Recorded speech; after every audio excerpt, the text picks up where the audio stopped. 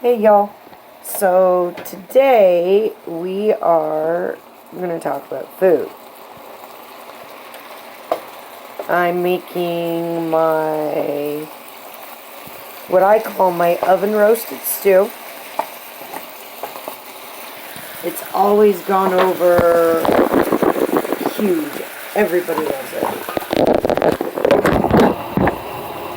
And it's really easy, actually, and it's a healthy way to feed your family. So we eat a lot of pot roasts and things like that. And the reason we do is because you can usually buy, they have them on sale anyway, once a month, guaranteed, at either Freshco or No Frills. You can get these giant pieces of meat for $20, and you get, in my family's case anyway, 4 meals out of one of these big pieces of beef. Now, given that food is so expensive for so many right now, you tend to have to look at what are your cheaper and healthier options. You can get celery, for example,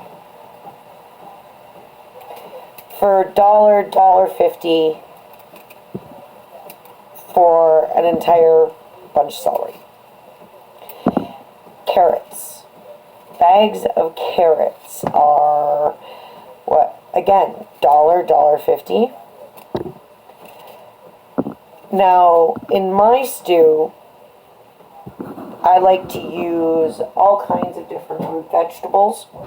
Now, Mike's requested this time that I do not put parsnip in it, just because he's not a big old fan of parsnip. But honestly, if I did put parsnip in it, he wouldn't be able to tell once it's cut up and in there with all the other vegetables. I like to buy small baby turnips because they have, I guess, the most mild flavor. Kids usually don't mind the turnip, and the turnip tends to, blend in with the other vegetables. And baby turnips are so good. They really are. For potatoes, again, because I'm choosing to take the easy way out and because I happen to have a bag here, I'm using just a bag of small new potatoes. But you don't have to use new potatoes. I mean, normally I'm just slicing up potatoes for it anyway. Now, if you use potatoes that you have to cut and or peel, I suggest leaving the peels on. That's where all the nutrients in the potato genuinely is. So just give your potatoes a really good scrub. Make sure there's no dirt on them. Leave the peels on. It's extra vitamins for the family. And, it really does genuinely cut down on work time. Because peeling vegetables takes longer than I would like anyway. Also, I have some mushrooms sliced up in here. Now, we also make our own flavor-infused oils and vinegars. So, instead of dry herbs, I tend to marinate my meat in my flavored vinegars and cook them in the flavored oils. And then it makes a better flavor profile, I think. Things genuinely do taste, I don't know, better. And the more natural foods and things you cook with, and the more you get used to cooking with them, you learn how to cook a lot more inexpensively for your family, and your food's a lot healthier for them too. I mean, and even if your kids don't like vegetables and they want to pick out the things they do like or don't like from what you're making, all the vitamins from everything is in there. Everything absorbs the same flavors, everything absorbs the same vitamins, so they're not really going to lose it out if they feel the need to, pick out that green bean from their bowl or whatever. Now, I have 2 boys that are exceptionally picky eaters.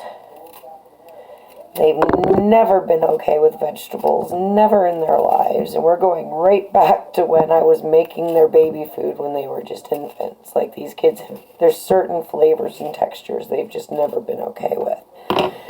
And I've found when I make things like my stew or my homemade spaghetti sauce or things of that nature that, when you cut things up small enough and your flavors are cooked down right and and you add things at the right time in the right way, kids tend to eat your food a lot easier. Or at least mine do. Like, God forbid my younger son finds a pepper in something that's been cooked for him. He will boycott whatever it is so quick people's heads spin. But, we know that about him, so what do? We find ways to hide it. When my kids were younger, and, with younger kids, they eat lots of pasta, especially mac and cheese. I don't know a single kid who doesn't love mac and cheese. When you're cooking your noodles, cook them in your vegetable water. They'll absorb all those vitamins and nutrients from the vegetables that they refuse to eat, because when you cook vegetables, unfortunately, they release those vitamins and nutrients you want your kids to ingest into that very same water. Incidentally, I also for years cooked my rice in my vegetable water. Just, again, it's a way to get vitamins and nutrients into kids that are stubborn and don't want to eat the way they should. Sometimes you just gotta, get a little smarter than your children and outwit them. Which, with some kids, is not so easy. My kids are way too smart for their own good. Well, way too smart for my good, I guess. But they're good kids, and I'm proud of them.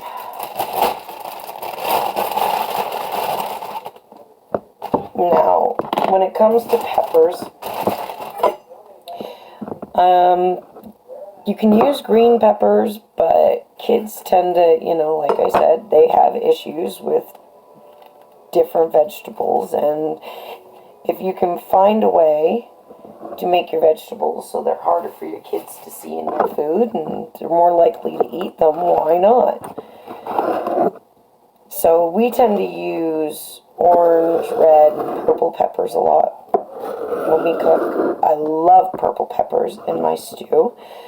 Now, I couldn't find purple peppers at my local market. Normally, when I make this, I prefer to go to the farmer's market. But with COVID, the farmer's market's really not been somewhere that I've been wanting or willing to go. So, I got what I could, what they had from my local market. We've got an almost purple pepper. Almost, pretty close. And we've got some orange and red and yellow peppers here.